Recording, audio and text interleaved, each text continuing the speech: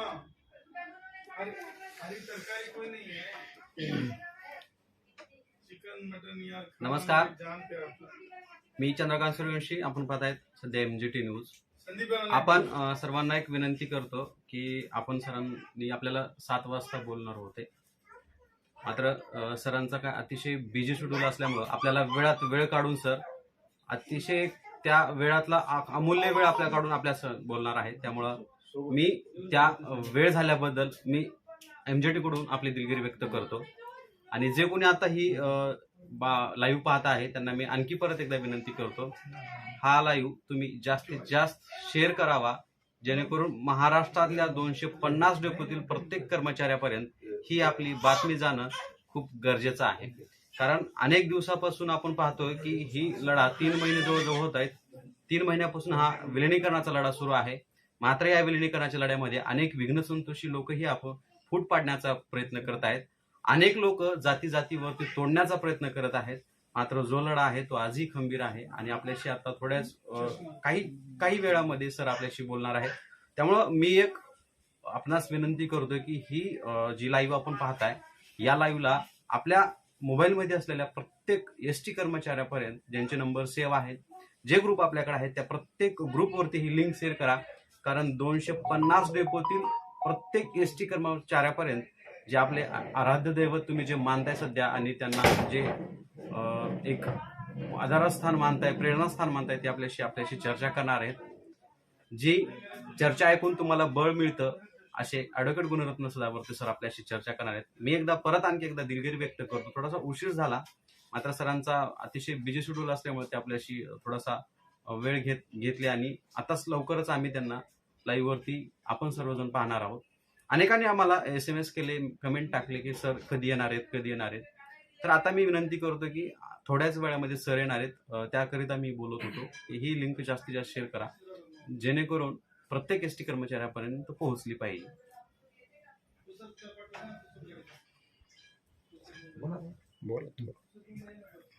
काय होतंय की आपण 90 दिवस आपण म्हणायचो, पण आता जवळपास 102-103 दिवस पूर्ण होत आहेत. 102-3 दिवस 92,000 ST कर्मचारी आज एकवटलाय, एक ग्रुपलाय. आता सर आपल्याशी एक 2च मिनिटांमध्ये लाईव्ह येणार आहे आणि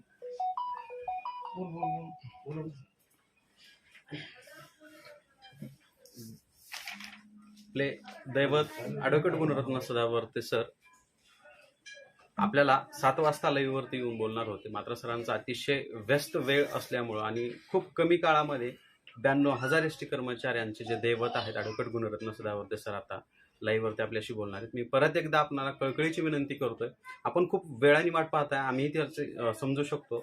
कारण दर्शन खूप महत्त्वाचं असतं. कारण ST कर्मचाऱ्यांच्या आम्ही ज्या पहिल्या दिवसापासून आज तक आहेत, आम्ही तुम्हाला तिथपर्यंतच्या बातम्या पोहोचवण्याचा प्रयत्न करतोय आणि त्या तुम्ही पाहतही आहात.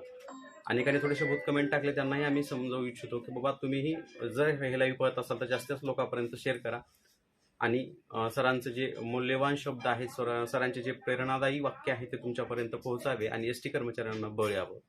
त्याकरिता आणखी परत मी विनंती करतोय की आपण ही लाईव्ह जास्तीत जास्त शेअर करा, कारण प्रत्येक ST कर्मचाऱ्यापर्यंत ही जाणं खूप गरजेचं आहे. काही जे बोटावर मोजणे इतके लोक, काही अफवांचं वादळ असेल किंवा काही लोक पत्रकारिता सोडून पुढारीच्या एक थोतांड पुढारी म्हणूयात आपण त्या गोष्टीला, की थोतांड पुढारी होण्याच्या आणि स्वयंघोषित पुढारी होण्याच्या मार्गावरती आहेत. अशा अनेक संभ्रम निर्माण करण्याचा प्रयत्न करत आहेत. मात्र जे या ST कर्मचाऱ्यांच्या पाठीशी खंबीरपणे उभा असलेले ॲडव्होकेट गुणरत्न सदावर्ते सर यांना कुणालाच तीळ मात्र मेळ लागू देत नाहीत आणि त्या कुणाला ते शिरकावही करू देत नाहीत. म्हणून आज महाराष्ट्रातला 250 डेपोतील ST कर्मचारी एकवटलाय आणि वाट पाहतोय ती विलिनीकरणाची आणि लवकरच ते विलिनीकरण पूर्ण करून देतील ते ॲडव्होकेट गुणरत्न सदावर्ते सर आपल्यासोबत आहेत. आपण सरांशी आता लाईव्ह वरती बोलणार आहोत.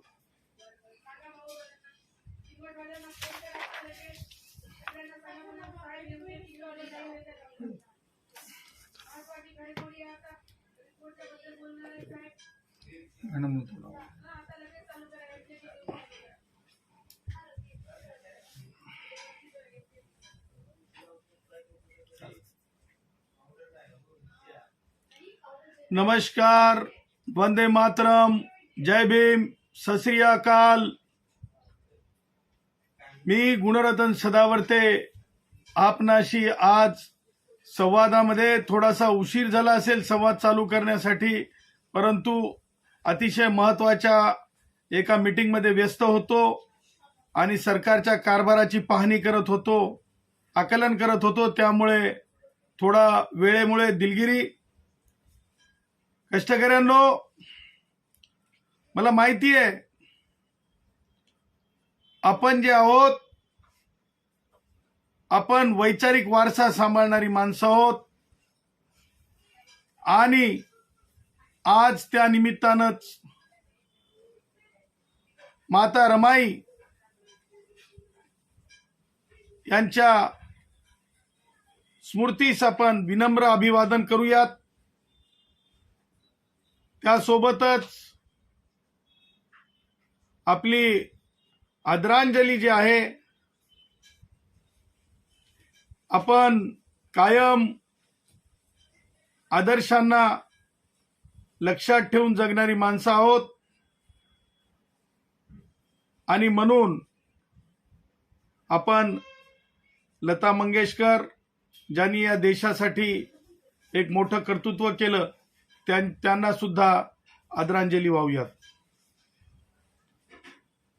कष्टकऱ्यांनो, मला माहिती आहे 100वा दिवस निघून गेलाय, परंतु हे 100 दिवस व्यर्थ गेले नाहीत हे मला तुम्हाला सांगायचं. जे कोणी आमच्यावर असा आरोप करतात, आमच्यावर म्हणजे कष्टकऱ्यांवर, त्यांना मला उत्तर द्यायचे. 100 दिवस व्यर्थ गेले नाहीत. 100 दिवसांनी एक आदर्श निर्माण केलाय आणि तो आदर्श म्हणजे नॉन व्हायलंट अशा पद्धतीने 100 दिवस चालणारा लढा. काही लोक म्हणतील नाही हे काय नवीन नाही, नुकतंच शेतकऱ्यांचं आंदोलन पाहिलं, परंतु शेतकऱ्यांच्या त्या आंदोलनामध्ये सुद्धा लाल किल्ला सुद्धा आपण पाहिला. परंतु इथं काहीच तसं अघटित घडलेलं नाही. हे पूर्णतः नॉन व्हायलंट आणि अत्यंत संवेदना बाळगत, अत्यंत देशहित बाळगत, राष्ट्रहित बाळगत ह्या सगळ्या हिंदुस्थानियांनी एक नवीन आदर्श घालून दिला. मला माहिती आहे हे सगळं करत असताना, हा दुखवटा पाळत असताना, मला माहिती आहे की काही घरी काही माझ्या कष्टकऱ्यांच्या चिल्या पिल्यांना बिस्किट मिळालेले नाही. मला माहिती आहे की काही चिल्या पिल्यांना चॉकलेट मिळालेले नाहीत. काही कष्टकऱ्यांच्या मुला मुलींचे फीस भरायची सुद्धा राहिलेली असेल. ह्या सगळ्या बाबीची कल्पना आहे. तरी सुद्धा दमन, तरी सुद्धा दादागिरी, तरी सुद्धा पांढरपेशी राजकारण्यांच्या, ज्याला व्हाईट कॉलर म्हणतात, जे पॉलिटिकल फार्मर असतात, अशांच्या विरुद्ध आपण उभे आहोत. ज्यांनी 70 वर्ष आपला छळ केला, आपल्या युनियन लावल्या, आपल्या दुकानं लावले, 200 रुपये प्रत्येक कष्टकऱ्याकडून प्रत्येक वर्षी जमा केले. अशा लोकांच्या विरुद्ध आपला लढा आहे. लक्षात घ्या, मला तुम्हाला आवर्जून हे सांगायचंय की या जेव्हा जेव्हा माणूस उपाशी पोटी, जेव्हा जेव्हा माणूस त्याग करतय, जेव्हा जेव्हा माणूस संघर्ष करतय, तेव्हा तेव्हा माणसाला, जे शेतकरी शेतामध्ये कष्ट करतो, तण काढतो, अशा शेतकऱ्याचं पीक सुद्धा पाहण्यासारखं असतंय. त्याच प्रकारे मला तुम्हाला सांगायचंय,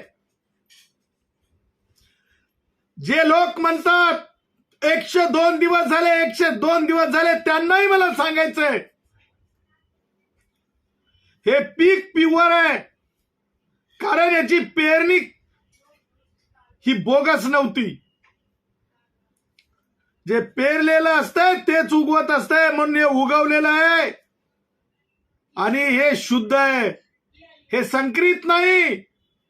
आणि म्हणून इंग्रजी हुकुमतल्या काळातील MRTU जाणार, विलिनीकरण येणार, विलिनीकरण आणील, एक लक्षात घ्या. कारण शक्ती आहे भारताच्या संविधानाची, शक्ती आहे भारतरत्न डॉक्टर बाबासाहेब आंबेडकर, ज्यांचा मी वारसदार आहे, ज्यांचा मी पुत्र आहे. ही शक्ती आहे छत्रपती शिवरायांच्या मावळ्यांची, ही शक्ती आहे मा जिजाऊंच्या लेकींची, ही शक्ती आहे मा रमाईची, मा भीमाईची, आई सावित्रीची, ही शक्ती आहे महात्मा ज्योतिबा फुल्यांची. आणि युक्ती मात्र छत्रपती शिवाजी महाराजांनी दिलेल्या गनिमी काव्याची. आम्हाला माहिती आहे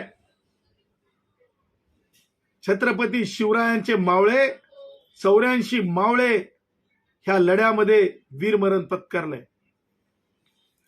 छत्रपती शिवरायांच्या 82 मावळ्यांनी वीरमरण पत्करल्यानंतर दुखवटा होत नाही. एकाही वीर मावळ्याच्या घरी कोणी मंत्री जात नाही, कारण ज्याला भीती वाटत असते ते भीतीपोटी स्पष्टपणे वावरू शकत नसतात. कष्टकऱ्यांनो, त्या वीर मरण पत्करलेल्या 82 भावांना त्यांच्या स्मृतीस पुन्हा एकदा अभिवादन करतो. कष्टकऱ्यांनो,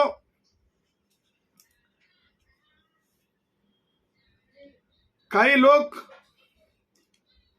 असा प्रश्न विचारतात की सर रिपोर्ट का आला नाही. सरकारची अवस्था कशी आहे लक्षात घ्या. Report report report report report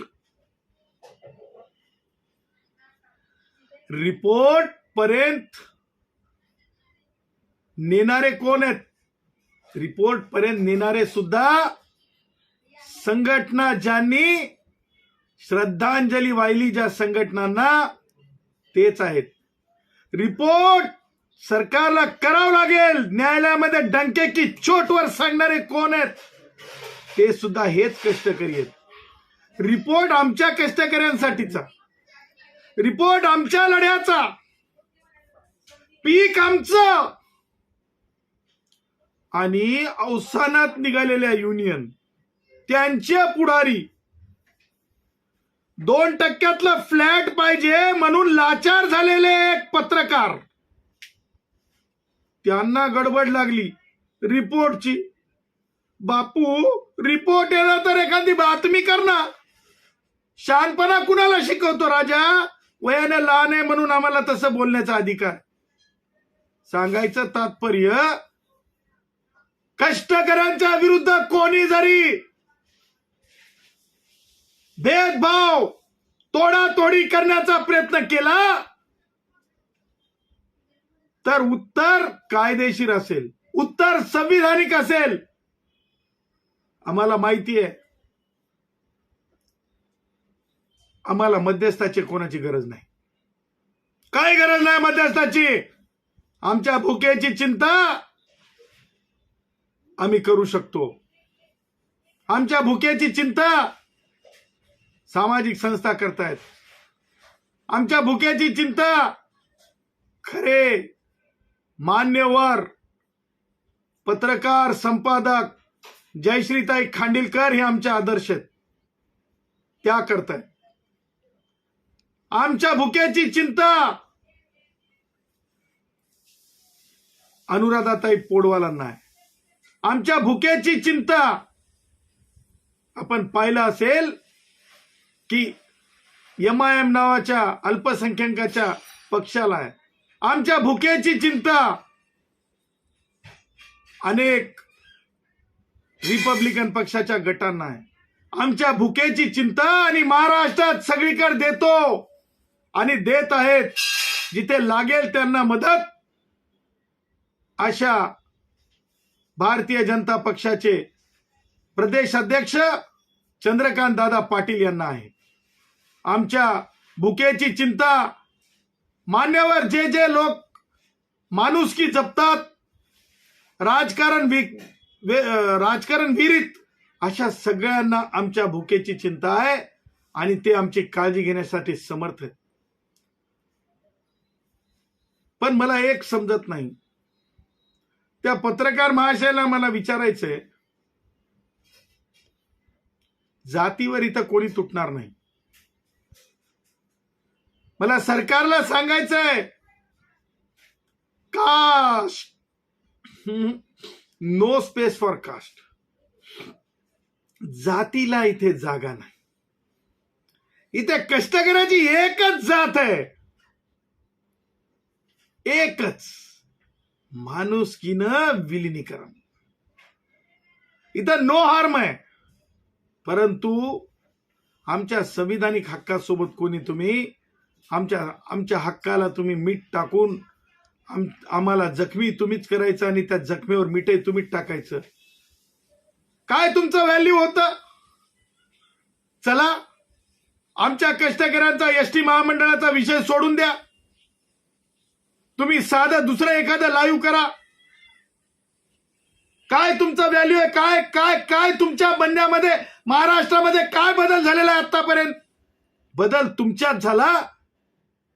तुमच्या लाईव्हला आम्ही माणसं दिली, आमच्या कष्टकरी आम्ही सांगितले तुम्हाला बघायला. याचा अर्थ आमचा सौदा कराव काय? हा, इथे वंजारी समाजातला कोणी तुटणार नाही. डंके की चोटवर सांगतो, डंके की चोटवर सांगतो, कोणी वंजारी भाऊ तुटणार नाही, कोणी वंजारी भाऊ तुटणार नाही, कोणी वंजारी भाऊ तुटणार नाही. काल अपयश ठरलं तुमचं. असं वाटलं तुम्हाला की तुम्ही जात म्हणून तोडू शकाल, पण सरकार, ओ सरकार, कोणी तुटणार नाही, तुटलं नाही. दोन भाऊ माझे कालच्या 48 तासामध्ये गेले. एक माझा भाऊ वसईतला गेला, दिनेश कातकडे. दुसरा भाऊ परळीतून गेला, गोपीनाथ गणपतराव मुंडे. या दोन्ही भावांच्या स्मृतीस विनम्र अभिवादन. काल मला फोन आला, परिवहन मंत्री गेले याला मालेगावला. मला फोन आला, म्हणे परिवहन मंत्री मालेगावला आले, परिवहन मंत्री अनिल परब. मी आज महाराष्ट्रात एक प्रश्न उपस्थित करतो. जगातले लोक लता मंगेशकरांना, मान्यवर त्यांच्या कार्याला, मान्यवर त्यांच्या देशातील काय म्हणतो योगदानाला, हिंदुस्थानाच्या एक मोठी श्रीमंती होत्या त्या, पुढेही ते चिरस्मरणात राहतील. तशी परिस्थिती असताना मला सांगा, मुख्यमंत्री उद्धव, मला सांगा, विचारतंय महाराष्ट्र, विचारतंय कष्टकरी, महाराष्ट्र शासनानं दुखवटा जाहीर केला. हे दुखवटा जाहीर केला, हे आम्ही सामान्य कष्टकरी, तुम्ही दुखवटा जाहीर केला नसता तरी आम्ही दुखवटा पाळला असता, कारण आम्ही दुःखातच आहोत. कारण मृत्यू काय असतंय हे 82-83 मृत्यू आम्ही पाहिले. ते दुःख कोणाला सांगून होत नसते. परंतु मी आज महाराष्ट्रातल्या तमाम हिंदुस्थानी बांधवांना विचारतो की त्यांनी विचारलं पाहिजे, परिवार काय मालेगावामध्ये हारतुरे स्वीकारले, चूक आहे का? आले का नाही फोटो? हे स्वीकारल्याबद्दल महाराष्ट्र शासन माननीय आदरणीय देशासाठी एक श्रीमंती ठरलेल्या, एका देशासाठी आदर्श ठरलेल्या लता मंगेशकर यांच्या संदर्भात एका बाजूला दुखवटा जाहीर करता, दुसऱ्या बाजूला अक्षम्य प्राप्त केलाय परिवहन मंत्री अनिल परबांनी. अनिल परब, माफी मागा, तुम्ही अपराध केलाय. तुम्ही तुम्ही कसं काय पुष्पगुच्छ स्वीकारू शकता? अख्ख्या महाराष्ट्रानं पाहिलं, काल पुष्पगुच्छ स्वीकारले होते की नव्हते? ही वस्तुस्थिती आहे. त्यामुळं हे भावनिक अपराध आहे. त्या भावनिक अपराधाबद्दल माझं म्हणणं आहे की माफी मागितली पाहिजे, आणि माफी जर मागत नसतील तर ही भावनिक महाराष्ट्राचे मुख्यमंत्री उद्धव यांना मी जाहीर 92,000 कष्टकऱ्यांशी चर्चा केल्याच्या नंतर 92,000 लोकांच्या वतीनं मी जाहीर विनंती करत आहे.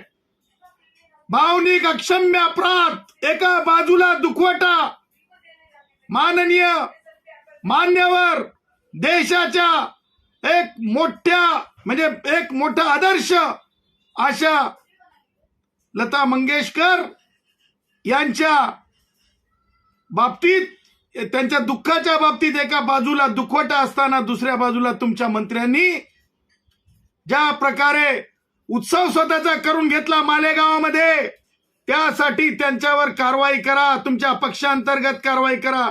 अन्यथा मी म्हणेल ते जे पावसातलं ढोंग होतं मतांसाठी, ते जे 25 वर्ष एसटी महामंडळाचे अधिवेशन, त्याच प्रकारे आमच्या मनात, आमच्यासाठी, आमच्या ध्यानात चिरकाल राहणाऱ्या लता मंगेशकरांच्या बाबतीत सुद्धा तशाच प्रकारचं एका बाजूला दुखवटा जाहीर करायचा, दुसऱ्या बाजूला हार तुरे स्वीकारायचे. हे अत्यंत वेदनादायी आहे. हे वेदना आहेत, हे लोकशिक्षण आहे.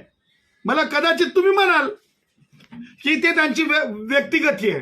ते व्यक्तिगत नाही आहेत, ते व्यक्तिगत नाही आहेत.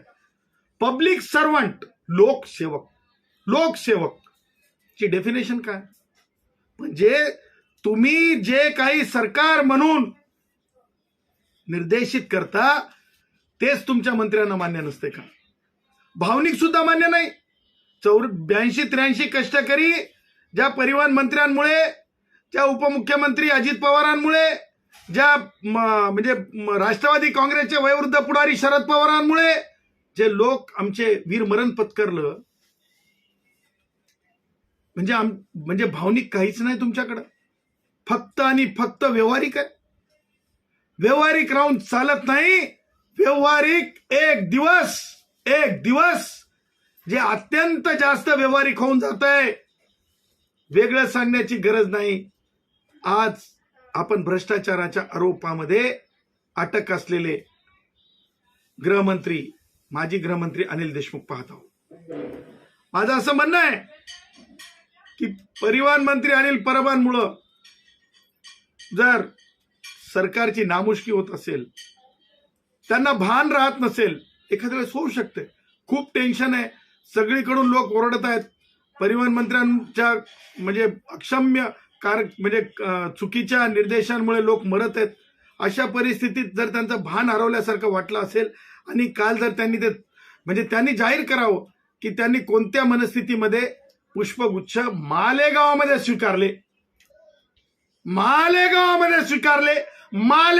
पुष्पगुच्छ स्वीकारले. आता काही लोकांना मी हा प्रश्न उपस्थित केला तरी दुःख वाटत असेल. कुणाला? जे कोणी बगल बच्चे असतात ते म्हणतील ह्याचा आणि त्याचा काय संबंध? विलिनीकरणाच्या लढ्याच्या संबंधानं जे उपस्थित करून चर्चा करता येईल ते करण्यात येईल. जोपर्यंत विलिनीकरणाच्या बाबतीमध्ये त्रास दिला जाईल तोपर्यंत पूर्ण राईट टू एक्सप्रेशनचा ज्या कारणासाठी, चांगल्या कारणासाठी लिजिटिमेट क्रिटिसिझम करता येईल ते केलं जाईल. परंतु लक्षात ठेवा, भावनांसोबत खेळू नका. मग लता दीदींच्या संदर्भातल्या आमच्या भावना असतील, कष्टकऱ्यांच्या चिमुकल्यांच्या तोंडामध्ये बिस्किट चॉकलेटच्या भावना असतील, सोलापूरचा माझा भाऊ कष्टकरी, त्याच्या मुलाला 500 रुपये सायकलला कमी पडले, पैसा नाही, बँकांमध्ये जे कष्टकऱ्यांचे पैसे त्या बँक मॅनेजर्सला सांगून टाकले त्या कष्टकऱ्यांना ते ओव्हरड्राफ्ट देऊ नका, कष्टकऱ्यांना ते ओव्हरड्राफ्ट देऊ नका असं सांगितलंय. हे का? काय प्रॉब्लेम आहे बँकेचा? बँक ही स्वतंत्र एंटिटी आहे की नाही? त्याच्यावर सुद्धा अप्रत्यक्षरित्या म्हणजे कंट्रोल, हे कंट्रोल चालणार नाही.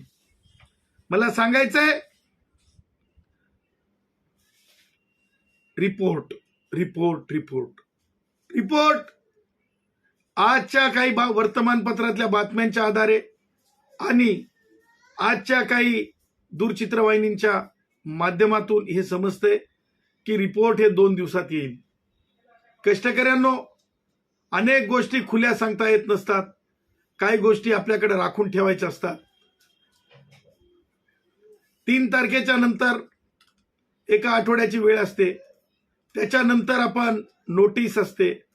ती नोटीस मुख्यमंत्र्यांना, जे की या समितीचे प्रमुख आहेत, समितीतल्या 3 सदस्यांना, महाराष्ट्राच्या ॲडव्होकेट जनरलांना, मुख्यमंत्र्यांकरिता ही सगळी द्यावी लागत असते.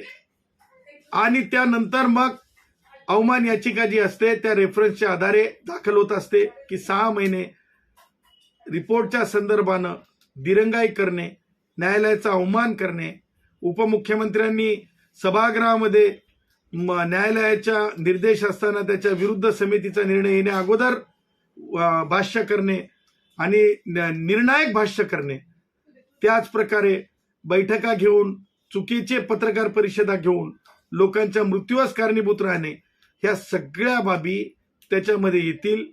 परंतु जर समजा 2 दिवसात शहाण्या सरकारने जर रिपोर्ट सादर केला तर मी आहे ना, रिपोर्ट बरोबर आला तर आम्ही काय कोणाचे विरोधक नाहीत. परंतु रिपोर्ट जर योग्य नाही आला तर लिजिटिमेट क्रिटिसाइज करण्याचा, न्यायालयामध्ये त्या रिपोर्टच्या संदर्भाने डिसेक्शन म्हणजे चिरफाड करून वाचन करण्याचा पूर्ण अधिकार आम्हाला आहे. आम्ही तो रिपोर्ट एक एक शब्द आम्ही वाचू, एक एक शब्द आम्ही त्या रिपोर्टवर माननीय उच्च न्यायालयामध्ये आपली मतं मांडू आणि दाखवून देऊ की हा कष्टकरी कसा हकदार आहे. पण त्यासोबत सगळ्याच गोष्टी सांगितल्या जात नाहीत.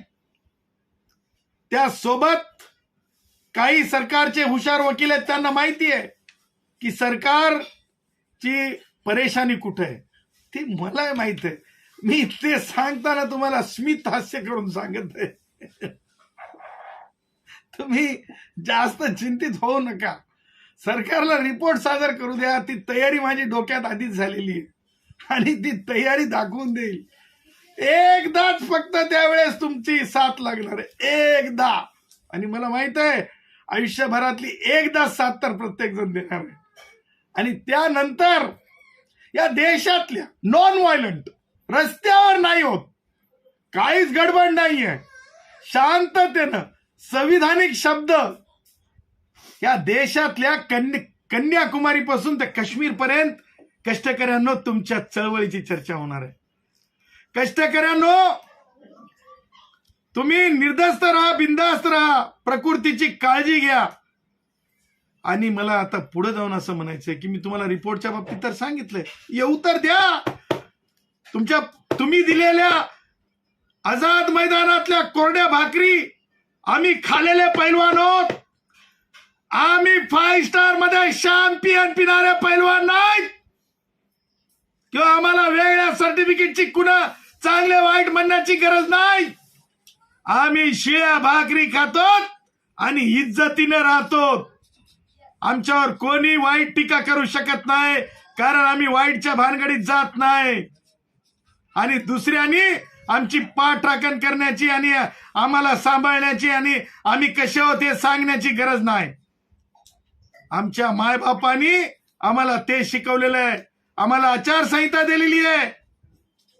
त्या आचारसंहितेत जगणारी आम्ही माणसं आहोत. आमच्या गरजा फार थोड्या आहेत. त्यामुळं कष्टकऱ्यांनो, जर आपण असा विचार केला रिपोर्टच्या संदर्भ असेल किंवा विलिनीकरणाचा संदर्भ असेल, येणारा काळ रिपोर्ट कोणताही असेल, परंतु रिपोर्टच्या आधारे विलिनीकरण आणि विलिनीकरण लक्षात घ्या. मी काय सांगलो, हे रिपोर्ट आहे, हे विलिनीकरण आहे. याच्यामध्ये एक छोटासा जागा आहे, ती रिकामी जागा आहे, ती मी सरकारसाठी ठेवलेली आहे. ती रिकामी जागा जर सरकार भरण्यात अपयशी झालं तर ती रिकामी जागा मी भरतो. आणि मी एकदा ती भरली की मला माहित नाही सरकार राहील सरकार नाही राहील ते मला माहित नाही. संख्याबळ काय सरकारचं त्याच्याशी मला घेणं देणं नाही, मी राजकारणी माणूस नाही. पण रे बाबांनो, जे करणार ना ते विचार करून करा रे बाबांनो, कारण मी फुल तयार आहे. तुम्ही किती असे म्हणजे बाजारातली माणसं आणले आणि सोडले माझ्या कष्टकऱ्यांमध्ये, तर माझे कष्टकऱ्यांना माहिती आहे डंके की चोट पे विलिनीकरण, डंके की चोट पे विलिनीकरण, डंके की चोट पे विलिनीकरण, ही माझ्या कष्टकऱ्यांना माहिती आहे. जेव्हा श्वास आणि शरीराचं नातं राहतंय ना, तर श्वास शरीराला खोटं सांगू शकतंय ना शरीर श्वासाला खोटं राहू शकतंय. हे नातं आहे, हे नातं आहे. अय ते विलिनीकरणाची प्रक्रिया फार लांब आहे आणि म्हणून काहीतरी करा, काहीतरी करा, मध्य करा. अरे बापो, म्हणा एसटी महामंडळ एसटी बंद असल्यामुळे लोकांचे हाल व्हायले. मी वकील कोणाचा आहे? मी माझ्या कष्टकऱ्यांचा वकील आहे. मी सरकारचा बडवा नाही, बडवा म्हणलंय, शिवी नाही. मी सरकारचा म्हणजे सरकार तर माय बाप देव, त्यांचा मध्यस्थ राहते की नाही, तुम्ही नाही. मी मराठी साहित्यातला माणूस आहे, शब्द फार सांभाळून. हा, आणि बडे बडे कोणी कोणी बघा, लय बडे बडे लोक असतात, ते ब्रोकर असतात. आणि बाबांनो, मी काय कमवतो, मी 2% भीक मागायला जात नाही. मला फ्लॅट द्या हो, फ्लॅट द्या हो, फ्लॅट द्या हो. एसटी महामंडळाच्या कष्टकऱ्यांना मी जात म्हणून तोडतो, मला फ्लॅट द्या हो. ते नाही, मला माहित नाही, मी जात पाळत नाही. मी जातीचा कोणत्या स्टिकरवर जगत नाही. मी जगतो भारताच्या संविधानाचा आणि डॉक्टर बाबासाहेब आंबेडकरांचा वारसदार म्हणून मी जगतो. मला लोक म्हणतात डॉक्टर बाबासाहेब आंबेडकरांचे तुम्ही वारसदार आहात. मी तेवढ्या एका श्रद्धेनं मला असं वाटतंय की जे काही माझ्या आयुष्यामध्ये कष्टकऱ्यांच्या प्रती, हेच कष्टकरी नाही, अनेक कष्टकऱ्यांच्या प्रती मला काम करायला मिळतंय, ते माझ्या आयुष्यातलं मी खरं सांगतो फलश्रुत आहे. चांगलं केलं की चांगलं होत असते, वाईट केलं की वाईट होत असते. त्यामुळं कष्टकऱ्यांना मला तुम्हाला पुढे जाताना असं सांगायचंय, मला असं म्हणायचंय की रिपोर्ट आज ना उद्या मुख्यमंत्री कार्यालयातून येईल. ते आल्याच्या नंतरची रणनीती आपली तयार आहे, ते कोणी थांबवू शकत नाही. आणि आता मला पुढे जाऊन तुम्हाला कारवाईच्या बद्दल बोलायचंय. मला माहिती आहे की मला मुख्यमंत्री उद्धव, आपले सामन्याचे संपादक संजय राऊत, राष्ट्रवादी काँग्रेसचे वयोवृद्ध पुढारी शरद पवार, उपमुख्यमंत्री अजित पवार, चला आपण काय करू, लाईव्ह घेऊ आणि बघू की कोणी येऊन आपल्याला ऐकते का. कष्टकऱ्यांनो, प्रत्येकाला काही गोष्टी काही कारणाने मिळत असतात. मी म्हणत नाही कोण काही कारणानं कोणत्या पदावर गेलं, परंतु मला मुख्यमंत्री उद्धव, तुम्हा सगळ्यांना मला एक सांगायचंय, एक भावनिक नातं आहे आमचं कष्टकऱ्यांसोबत. आज मला माहिती आहे, मला ऐकण्यामध्ये नुसते कष्टकरी नाहीत तर कष्टकऱ्यांचे लेकरं बाळ चिमुकले सुद्धा मला ऐकत आहे. मला माहिती आहे वयोवृद्ध आई आहेत, त्या सुद्धा अनेक माता मला आशीर्वादाचा वर्षाव करतात. अनेक माता मला फोन करतात की तू पराभूत होणार नाहीस म्हणतात, मला प्रचंड आशीर्वाद देतात. आणि त्याही पुढे जाऊन मी सुपर पॉवर वगैरे असं काही फार मानत नाही, परंतु एवढं मात्र नक्की आहे की इरादे नेक होतो सपने भी साकार होते, सच्ची लगन होतो रास्ते आसान होते. हे घर आहे, या घरामध्ये जेवढे कष्टकरी येतात इथे काही प्रायव्हसी नाही. सगळे कष्टकरी असेल तर खातात, नसेल तर कोणी भेटायला आले कष्टकरी, कोणी गडचिरोलीहून, कोणी चंद्रपूरहून, ते कुटके सुद्धा मी खातो, ते सुद्धा खातो. त्यामुळं मला माहिती आहे की हे एक नातं झालंय. हे कुटक्यांचं नातं आहे, हे विश्वासाचं नातं आहे, हे प्रेमाचं नातं आहे, हे हिंदुस्थानी म्हणून नातं आहे. त्यामुळे या नात्याला कोणी ब्रेकअप करू शकत नाही, जातीवर तोडू शकत नाही. अनेकांनी जातीवर तोडण्याचा प्रयत्न केला, ते असफल राहिले. आणि म्हणून सगळ्या ज्या बाबी आहेत त्या आज आपण एका विश्वासानं पुढे जात आहोत. मला तुम्हाला म्हणायचंय, सेवा समाप्ती झाली. परत काही लोक सांगतायत मला की सर 7 लाख 10 लाख 20 लाख अशा प्रकारचे दंड म्हणजे चार्जशीट दिल्या चालल्यात. मला त्यांना सांगायचंय त्या लोकांना की बाबांनो, तुम्ही जे काही दंड ठोठावत आहात, जे काही तुम्ही चार्जशीट देत आहात, त्या चार्जशीटच्या संदर्भानं तुम्हाला सांगायचंय.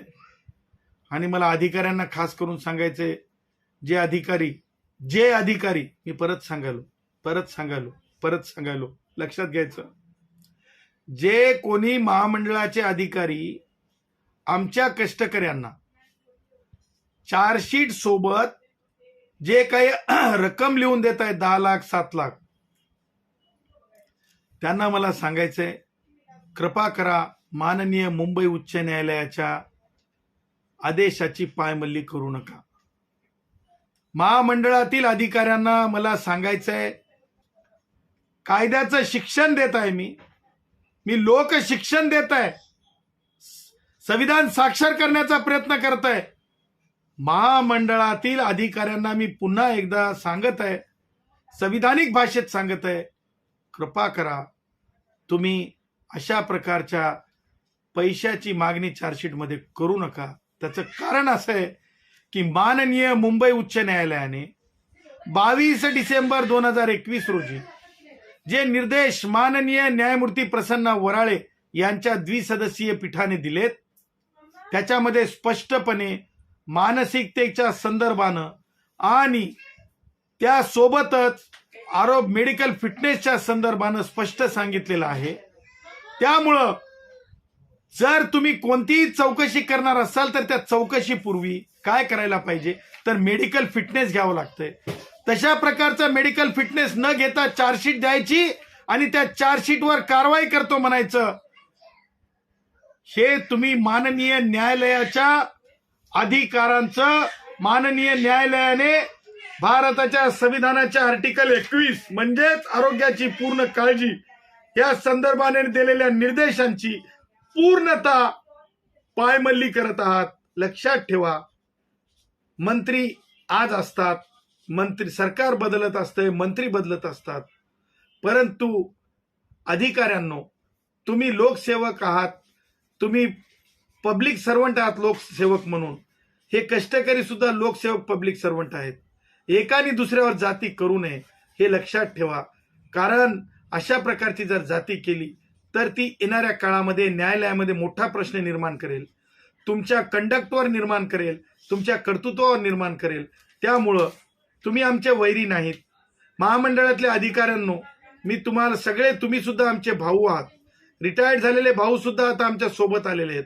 आम्हाला तुम्हाला सांगायचे, भावांनो, महामंडळातील अधिकाऱ्यांनो, तुम्ही चौकशीच्या संदर्भानं कोणताही जर म्हणजे काही जरी तुम्ही कारवाई करण्याचा प्रयत्न करत असाल किंवा कारवाई लावत असाल तर मी तुम्हाला डंके की चोटवर सांगत आहे. अगोदर हात जोडले, आता मी डंके की चोटवर सांगत आहे, अशा प्रकारे अक्षम्य चूक करू नका. ती चूक तुमच्या व्यक्तिगत नुकसानासाठी सुद्धा भारी पडेल, कायदेशीर दृष्ट्या नुकसान परवडणारा नसेल. कारण जर तुमच्यामुळे जर काही कष्टकऱ्यांच्या आत्महत्या झाल्या किंवा जीव गेले तर त्याच्यामध्ये तुम्ही सुद्धा जिम्मेदार राहणार आहात. त्यामुळं कष्टकऱ्यांनो, मला माहिती आहे की त्यानंतर बदली, मला सांगा बदल्यांची, आणि त्या अगोदर काय होतं तर तो संदर्भ होता त्या बदल्यांसोबत याचा म्हणजे याचा मेस्माचा. ते सगळे संदर्भ संपले. आता फक्त एकच संदर्भ बाकी आहे. एक तुमचा संदर्भ म्हणजे विलिनीकरण, दुसरा त्यांचा संदर्भ म्हणजे जात जात पे तोडो.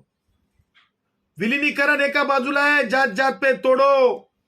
हे भावांनो, कोणी राजकीय पक्षाचा माणूस येऊन पाठीवर हात फिरवल सत्तेतल्या आणि म्हणाल मी तुझ्या जातीचा, कृपा करा विलिनीकरणाच्या लढ्यापर्यंत त्याला सांगा की भाऊ माझी जात कष्टकरी आहे, भाऊ माझं एकच उद्देश आहे, स्वप्न आहे, ते विलिनीकरण.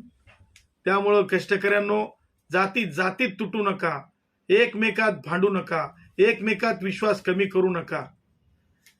आणि मी तुम्हाला परत एकदा असं सांगतो, महाराष्ट्रातल्या सरकारला सांगतो, तुम्ही या अगोदरच्या सगळ्या केसेसमध्ये, मग ऍडव्होकेट डॉक्टर जयश्री पाटील यांची, अनिल देशमुखांची, माजी गृहमंत्र्यांच्या बाबतीतली केस असेल ज्याच्यात ते जेलमध्ये आहेत, त्या अगोदरच्याही माझ्या सगळ्या केसेसमध्ये देशातले सगळे मोठे मोठे वकील आणले तुम्ही, मनवणारे मोठे मोठे.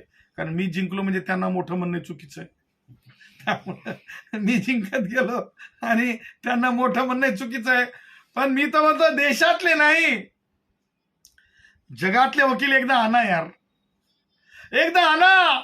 या कष्टकऱ्यांच्या बाजूनं शिळी भाकर खाणारा गुणरत्न, म्हणजेच एक गुणरत्न 1,00,000 गुणरत्न झालेले आहेत हे, आणि तुमचे जगातले सगळे वकील.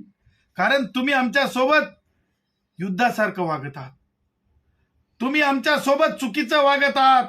म्हणून आमच्या भगिनी, एक महिला भगिनी लोकप्रतिनिधी आहेत खडसेताई, त्यांनी आज पत्रकार परिषदेमध्ये सांगितलं की तुम्ही असं वागू शकत नाहीत सरकार म्हणून. खडसेताई, खरोखर तुमचा आवाज हे कष्टकरी कधी सुद्धा विसरणार नाहीत. तुम्ही अशा परिस्थितीमध्ये कष्टकऱ्यांसाठी बोललात की ते न विसरलं जाण्यासारखं आहे. रक्षाताई, तुम्ही आमच्या चिरस्मरणात राहणार आहात आणि कष्टकरी कधी न विसरणारा असतो, कारण तो इमानदार असतो. कष्टकरी हा इमानदार असतो, कष्टकरी हा इमानदार असतो, तो बेईमान नसतो. इमानदार होता कष्टकरी म्हणून रक्षाताई खडसे, म्हणून शरद पवारांसाठी जे राष्ट्रवादी काँग्रेसचे वयोवृद्ध पुढारी आहेत, ह्या संध्याकाळी सुद्धा शरद पवारांना वाटलं नाही की कष्टकऱ्यांचा विचार करावा. परंतु त्या भूलतापांना सुद्धा कष्टकरी एवढे वर्ष बळी पडला की विलिनीकरण देतो, पगार वाढ देतो, ह्या सगळ्या भूलतापा त्यांच्या होत्या. परंतु एक या चळवळीनं करून दिलं. कष्टकऱ्यांनो, ही बाब सांगताना मला खूप मोठा आनंद होतोय. तुम्ही एका बाबतीमध्ये तुमचा लढा आणखीन एका बाबतीमध्ये फार निर्णायक ठरत चाललाय. ती कोणती? सरकारने दुकानांवर, म्हणजे ढोबळ मराठीच्या भाषेत किराणा दुकानांवर ते वाईन, आपण म्हणतोय हे असं काही पियाचं नसतं लेकरांना, थम्सअप सुद्धा पाजणं चुकीचं असतंय, अशी माझी 12 वर्षाची मुलगी झेन सदावर ते सांगते की थम्सअप सुद्धा पिणं चुकीचं आहे. अशा परिस्थितीमध्ये सरकारनं आणि ते कुर्ल्याचे मंत्री, म्हणजे कुर्ल्याचे नाही, मंत्री सगळ्या महाराष्ट्राचेच असतात, पण ते असतात ना कुर्ल्याला, ते आपले नवाब मलिक साहेब म्हणता येणार नाही, कारण मिस्टर नवाब मलिक जे मंत्री आहेत, त्या मंत्र्यांनी घोषणा केली की कशा प्रकारे ती वाईन किराणा दुकानात, म्हणजे ते ढोबळ मराठी भाषेत मिळणार आहे. मला एक माहित आहे, चुकीची गोष्ट करण्यासाठी, लहान लेकरांवर संस्कार करण्यासाठी कोणता धर्मग्रंथ, मग गीता असेल, बायबल असेल, किंवा धम्मपद असेल, किंवा पाक कुराणे शरीफ असेल, मंत्री नवाब मलिक कोणताच धर्मग्रंथ कोणत्याच परिस्थितीमध्ये वाईन दारू सिगरेट प्या असं म्हणत नाही. हराम है, हराम है, हराम है. अक्षम्य अपराध, अक्षम्य अपराध. पण कष्टकऱ्यांनो एक बाब लक्षात ठेवा, तुमच्यामुळं वाईनच्या बाबतीमध्ये सुद्धा राष्ट्रवादी काँग्रेसचे वयोवृद्ध पुढारी शरद पवारांना म्हणावं लागलं, बोलावं लागलं, वाईनवर पुनर्विचार होऊ शकेल. एवढ्या लवकर बोलले असते का? बोलले नसते. 40 वीरमरण येईपर्यंत कोणी बोललं नाही. 50-60 वीरमरण एसटी महामंडळातील कष्टकऱ्यांचं विलिनीकरणाच्या लढ्यासाठी म्हणलं नाही. परंतु आता कळालंय की कष्टकरी हा जागृत झालाय. त्यामुळं मी म्हणेल, जर वाईनला बंदी बसेल तर त्याच्यासाठी आणण्यासाठी एसटी महामंडळातला कष्टकरी जिम्मेदार आहे. ही सुद्धा एक मोठी शान आहे माझ्यासाठी की वयोवृद्ध राष्ट्रवादी काँग्रेसचे पुढारी शरद पवार यांना विचार करावा लागला. मला हे समजत नाही की माणुसकी अशी कशी हरवली. परंतु असो, प्रत्येकाचा व्यक्तिगत भाग आहे. येणारे दिवस अवघड असतील. कष्टकऱ्यांनो, मला तुम्हाला एक म्हणायचंय, तुम्ही मला कोर्टाची तारीख विचारण्याऐवजी मला तुम्ही विलिनीकरणाची तारीख विचारा. मला तुम्ही विलिनीकरणाची तारीख विचारा. तुम्ही मला म्हणा, तुम्ही जर मला विलिनीकरणाची तारखेवर चर्चा करू लागलात तर माझ्या अंगामध्ये परत बळ येतंय. माझी विचारशक्ती आणखीन तेजीत होते. मला एक आत्मसन्मान आणि आत्मबळ मिळाल्यासारखं वाटतंय. काही लोक भूलथापू लोक येतात, आपल्याला गोड गोड गोड गोड लाईव्ह येऊन बोलतात, कारण त्यांना त्यांचे व्ह्यूअर्स वाढवायचे असतात. आणि ते लोक गोलगोल भाषेमध्ये गोल मटोल भाषेमध्ये सांगतात, याला वेळ लागणार, तुमचे सदावर्ते साहेब. मला कोणाकडून साहेब म्हणून घ्यायची गरज नाही. मला एक स्वतःची प्रतिमा आहे आणि ती प्रतिमा जपणारा मी माणूस आहे. आणि मी जे कोणी माझे विरोधक आहेत, विरोधक म्हणजे माझे कष्टकरी कोणीच नाहीत, जे काही व्हाईट कॉलर क्रिमिनल्स. कारण मी बोलणार, दाऊद इब्राहिम कासकर बोलणार, विरोध करणार. माझा विरोध हा माझ्या मातीसोबत आहे. हा माझा विरोध स्वाभिमानासाठी, कष्टकऱ्याच्या इब्रतीसाठी आहे. माझ्याकडे बोलण्यासारखं खूप आहे. जर तुम्ही मला डिवचण्याचा प्रयत्न केला तर लक्षात ठेवा की महाराष्ट्र तेच प्रश्न विचारल आणि हाय नाही ती तुमची निघून जाईल. त्याच्यामुळे मी परत सांगायला लागलो, विलिनीकरणासाठी कोणी आड यायचं नाही. आणि आड आलेलं आम्ही सहन करणार नाही. जे कोणी आड येईल, मला माहिती आहे, तुम्हाला कदाचित माहित नसेल की केसेस मधून निर्दोष सुटल्याच्या नंतर माणसं निर्दोष नसतात. कायद्याची प्रक्रिया वाचून घ्यायची. न्यायालयामध्ये त्याच केसमध्ये, त्याच एफआयआर मध्ये परत अर्ज होऊ शकतंय आणि परत त्या गुन्ह्याचा पुनर्तपास चालू होऊ शकतंय. निर्दोष सुटला म्हणजे केस बंद झाली असं नाही. आणि पुन्हा जर पुरावा सापडला तर पुन्हा आरोपी होऊ लागत असतंय. त्यामुळं लक्षात ठेवायचं, माझ्या कष्टकऱ्यांसाठी विलिनीकरणासाठी कोणी आड यायचं नाही. विलिनीकरण हे आमच्या कुटुंबाची रक्षा आहे. विलिनीकरण हे आमच्या कुटुंबाची इब्रत आहे. विलिनीकरण ही आमची प्रतिष्ठा आहे. विलिनीकरण हा आमचा स्वाभिमान आहे. आणि विलिनीकरण हे भारताच्या संविधानाने दिलेला आम्हाला अधिकार आहे. विलिनीकरण छत्रपती शिवरायाच्या मावळ्यांची इज्जत आहे. विलिनीकरण डॉक्टर बाबासाहेब आंबेडकरांच्या वारसदारांची शक्ती आहे. त्यामुळं जे जे काही करता येईल ते आम्ही करू. विलिनीकरणाच्या आड येणाऱ्यांनी doctor Gunratna Sadavarte, advocate doctor Jayashree Patil यांच्या प्रलंबित काही केसेस माननीय मुंबई उच्च न्यायालयात आहेत. त्या कोणत्या कोणत्या केसेस आहेत ते बघून घ्याव्यात. अन्यथा सगळ्याच केसेस. मग आमच्या भावना विलिनीकरण आहेत, त्यावेळेस म्हणायचं नाही की तुमच्या त्या भावना आहेत. सर्वोच्च पदावरील लोकांना सांगत आहे, त्या केसेस आणखीन संपलेल्या नाहीत, त्या केसेस पेंडिंग आहेत. हेमंत पाटील खासदार यांना विचारून घ्यायचं काय विषय आहेत ते पेंडिंग सब्जेक्ट.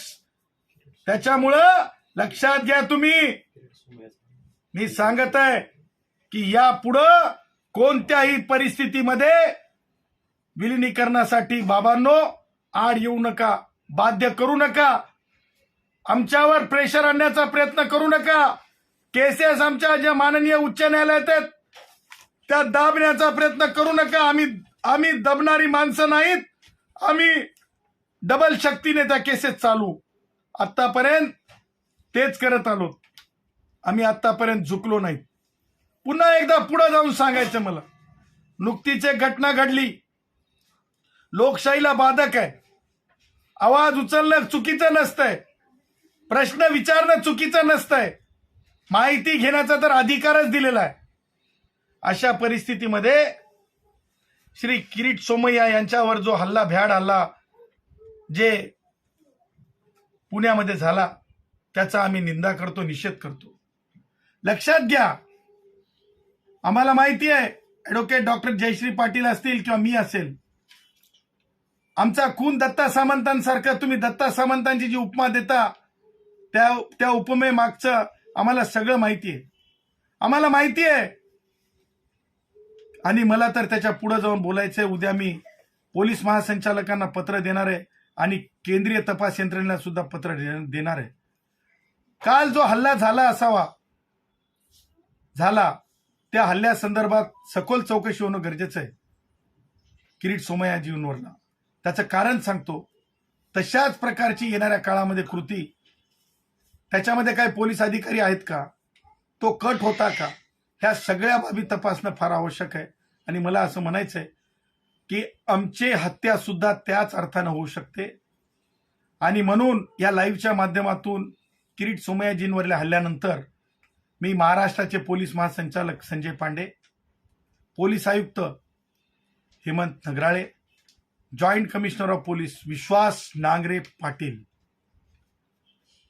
तशा प्रकारची कृती हल्ल्याची आमच्यावर होऊ शकते, आमची हत्या होऊ शकते.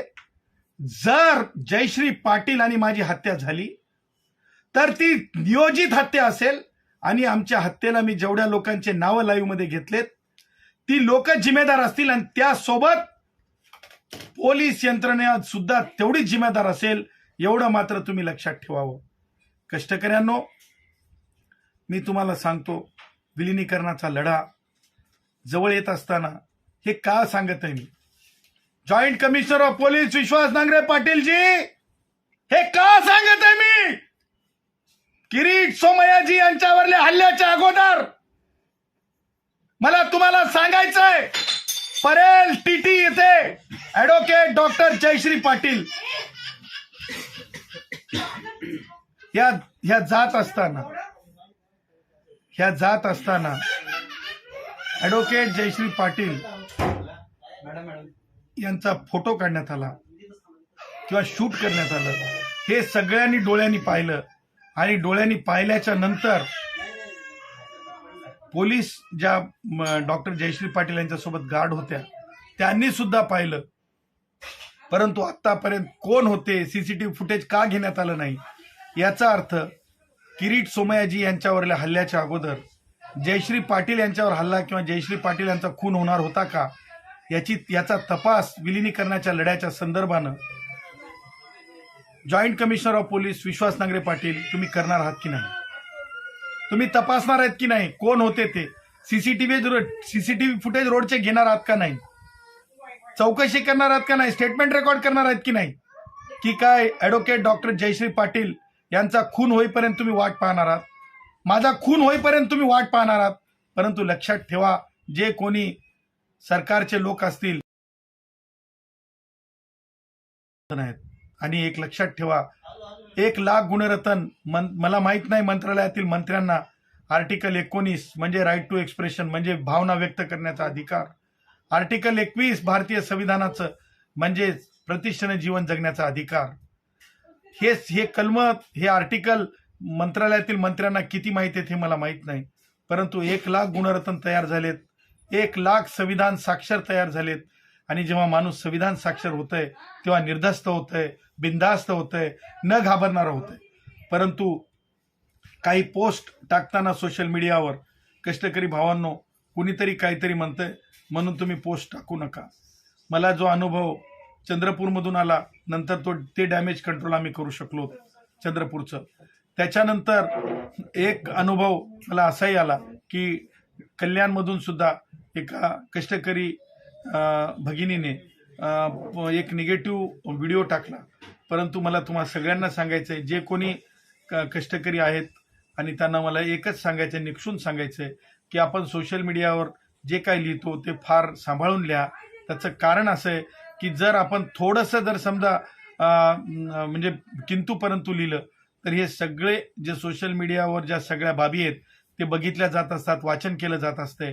आणि त्यामुळं हे वाचन करत असताना जे आहे आपली निगेटिव्ह बाजू, आपण निगेटिव्ह नसताना उगीच मोबाईल हातामध्ये आहे आणि आपण लिहित चाललो, ही निगेटिव्ह बाजू तर आपण दाखवत नाहीत ना. हे आपण आवर्जून आणि निक्षूनपणे आपण लक्ष द्याल. आणि ह्या पुढं आपण फार जिम्मेदारीनं सोशल मीडियावर कुणालाही कॉमेंट कराल किंवा हे कराल.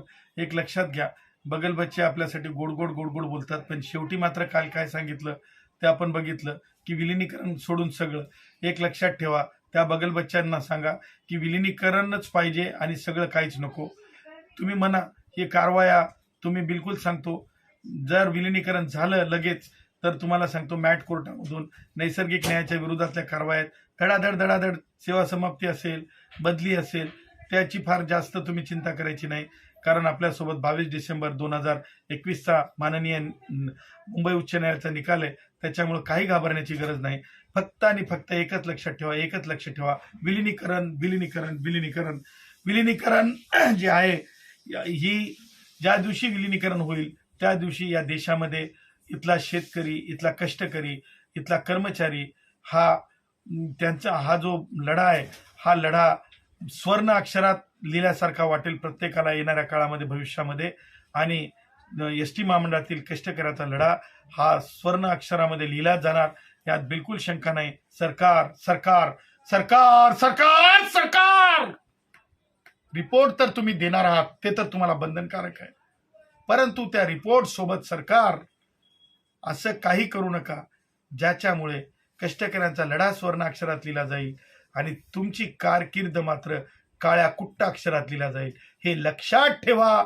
आणि कष्टकऱ्यांनो, माझी तुम्ही फार वाट पाहत आहात असं मला समजलं. खास करून उस्मानाबादवरून आमच्या चव्हाणताईंचा मेसेज होता. चव्हाणताई आणि महाराष्ट्रातल्या सगळ्याच भगिनींना आणि सगळ्याच भावांना मी सांगू इच्छितो, मी कधीच म्हणजे स्वतःहून विलंब करत नाही किंवा वेळ होत नाही. परंतु ताई म्हणजे प्रायोरिटीज ज्या असतात त्या एकदम महत्त्वाच्या असतात. आणि आजचा जो लाईव्हचा मला येण्याचा जो वेळ झाला त्याला प्रामुख्यानं 2 कारणं होते. ते म्हणजे जे म्हणजे आगरी भंडारी कोळी समाजाचे जे बांधव आहेत, मुंबईच्या किनारपट्टीवर राहतात, त्यांच्या घराला उद्या बुलडोजर लावणार होती महानगरपालिका. आणि त्या संदर्भानं ते घरांना बुलडोजर लागू नये ती एक जिम्मेदारी अंगावर घेतलेली होती. आणि त्या जिम्मेदारीतून मुक्त होऊन नंतर आपणाशी संवाद साधावा वाटला. कारण घरं ज्यावेळेस पडत असतात त्यावेळेस ते अश्रू, ते दुःख फार गंभीर असते. आणि म्हणून आपणाशी संवाद साधण्यासाठी वेळ झाला. ह्यानंतर तशा प्रकारचा वेळ होणार नाही याची काळजी घेईल. परंतु मला माहिती आहे की तुम्ही माझी परिस्थिती लक्षात घेत असाल आणि ह्या सर्व बाबी मी तुम्हाला आज सांगितल्या. आपण आपल्या कॉमेंटमध्ये लिहितच असणार. चांगल्या बाबी लिहा, चुकलो असेल तर चुकीचंही लिहा. डेमोक्रेसी आहे, डेमोक्रेसीमध्ये मी कुणालाही थांबवणार नाही.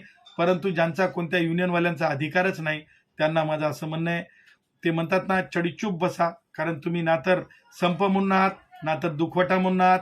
तुमच्या युनियन्स आता हे झालेल्या आहेत, निष्प्रभ झालेल्या आहेत, तुमच्या मान्यता गेलेल्या आहेत. आणि मान्यता गेलेल्या लोकांनी उगाच आमच्यावर स्वार होणे आणि आपली टिमकी जे आमच्यावर वाजवू नये, कारण ती आमच्यावर चालणार नाही. आज सामान्यातल्या सामान्य कष्टकऱ्यांना न्यूज चॅनलवाले घेतात, सामान्य माणसाला पकडायचा प्रयत्न करतात आणि त्यांना विचारायचा प्रयत्न करतात पण आमचे कष्टकरी जर चुकीचा प्रश्न चॅनलवाले विचारू लागले की जय श्रीराम म्हणतात, जय श्रीराम म्हणतात, त्यामुळं कष्टकरी पूर्ण प्रशिक्षित आहेत, संविधान साक्षर आहेत. आणि मला असं वाटतंय मला फार चिंता करण्याची गरज नाही. कष्टकऱ्यांनो, तुम्ही मला साथ द्या, मी तुम्हाला विलिनीकरण देतो. तुम्ही मला साथ द्या, मी तुम्हाला विलिनीकरण देतो. तुम्ही मला साथ द्या, मी तुम्हाला विलिनीकरण देतो. ह्या संवाद आजचा इथेच थांबतो. पुन्हा कष्टकऱ्यांनो आपल्या भेटीला येईल. 24x7 24 तास माझ्या घराचे दार उघडे आहेत. मला नाही वाटत मातोश्रीचे दार सामान्य माणसाला 24 तास उघडे असतील. मला नाही वाटत की कोणत्याही पत्रकाराचे दार 24 तास उघडे असतील. सांगा त्या पत्रकारांना, सांगा मातोश्रीवर की डॉक्टर गुणरत्न सदावर्तेचे दार 24 तास उघडे असतात. आणि रात्री 2 वाजता जरी कष्टकरी त्रासात येऊन, त्यागात येऊन, थोडी थोडी घेऊन जरी फोन केला तरी 12 वर्षाची झेन सदावर्ते फोन घेते म्हणून सांगा. जयश्री पाटील डॉक्टर आहेत, वेळेचं बंधन कोणतंच ठेवत नाही, 3 वाजताही फोन घेतात. आणि गुणरत्न सदावर्ते उपलब्ध फोन तयार घेतात. त्यामुळं कष्टकऱ्यांनो, हे विश्वासाचं, श्वास शरीराचं नातं कायम राहील. पुन्हा भेटू. तुर्तीस मी आपणास खरोखर आज मी तुम्हा सर्व कष्टकऱ्यांना नतमस्तक होऊन वंदन करतो, नतमस्तक होऊन वंदन करतो. नतमस्तक होऊन तुम्हा सगळ्या कष्टकऱ्यांच्या कुटुंबातील भगिनींना, लहान चिमुकल्यांना सुद्धा मी वंदन करतो. त्याचं कारण असं आहे की तुमच्या सगळ्यांच्या एकजुटीशिवाय, कौटुंबिक एकजुटीशिवाय हा लढा सुवर्ण अक्षरापर्यंत जाईल असं वाटत नव्हतं. परंतु हा लढा नक्की सुवर्ण अक्षराकडे जात आहे, वाटचाल करत आहे. तेव्हा मी आपणास हार्दिक शुभेच्छा देतो आणि आज येथे थांबतो. बस.